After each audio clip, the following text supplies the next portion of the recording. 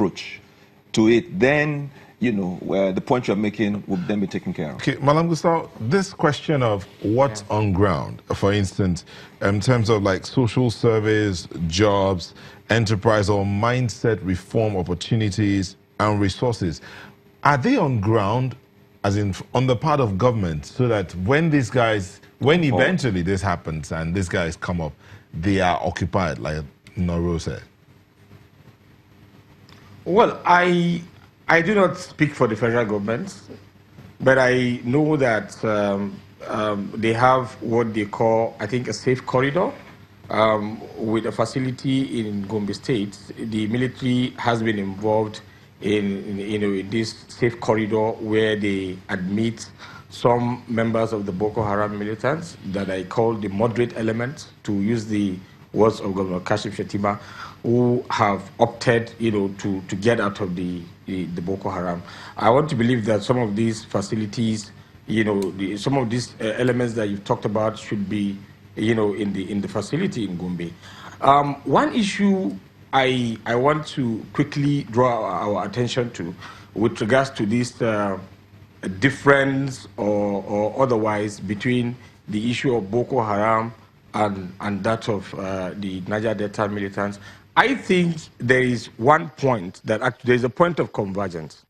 And that point of convergence is the issue of justice for victims, which my elder brother in Lagos did mention. While I was reporting for the Daily Trust in the Niger Delta, I want to recall one experience I had with a colonel. I met a colonel and we were discussing, off the record. He started complaining about the whole concept of amnesty, and he started crying. I mean, I was really moved. I said, "Look, why are you shedding tears?" He said, "Look, there was a time we went for operation with a number of soldiers. I was the one leading them. These militants killed virtually all of them except 2. Only 2 of us survived. And now today, one of the ex-leaders, one of the commanders of the militants is free, is not only working freely today in the Niger Delta, but he's being given security protection to move around." In other words, the colonel's complaint was what happens to justice for these soldiers that were killed. I think it's the same thing that we are talking about the Boko Haram. But one thing that we should always have in mind is that amnesty gives a concession. The federal government denies itself the responsibility of ensuring justice for victims. That is sure, and I'm also concerned about it. But the other thing we should also worry about is that by going into that deal, how many lives are we likely to save? I was in the Niger Delta last year. I was in Port Harcourt. I looked for that colonel. I didn't see him, but I met somebody working with him, and I asked him. I said, from 2009, when the amnesty program started, how many soldiers did you actually lose on the basis of direct conflict with militants? And the guy said he just couldn't remember. As far as he was concerned, it was the number, if at all there was completely insignificant compared to the number of casualties they used to suffer in the past. What that means is that the amnesty was able to save the lives of Nigerians. And that is the prism from which I want us to look at this. Yes, the victims deserve that right, but how many people can you save? So if we are given the option of saying we need to ensure justice for victims, and then the other option of saving lives on the basis of the amnesty, where are we going to choose? Would we prefer that more innocent lives are lost because we want to ensure justice? Justice is important, yes, but to me, I think saving more lives would be more important than ensuring justice. That question of justice versus saving more lives. Let me say straight away that the thing that I find very embarrassing and confusing in this country is that we are never serious about enforcing our rules. We are never serious about enforcing our rules.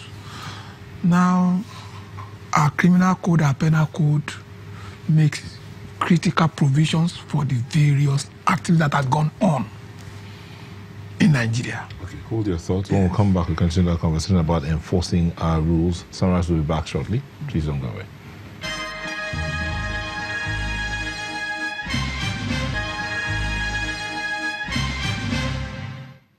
Welcome back. So, Mr. Mumuni, we're talking about justice versus safety. I was saying the thing that I find incomprehensible looking at the Nigerian situation generally is we are never serious about enforcing whatever rules we have. You see, Boko Haram You say never or most times? Most times. Thank you very much.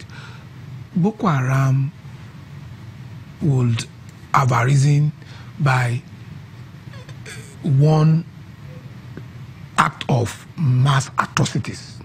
What if we had timelessly decided to go against that first act and deal with them decisively as under our law? I don't think we will have it this way.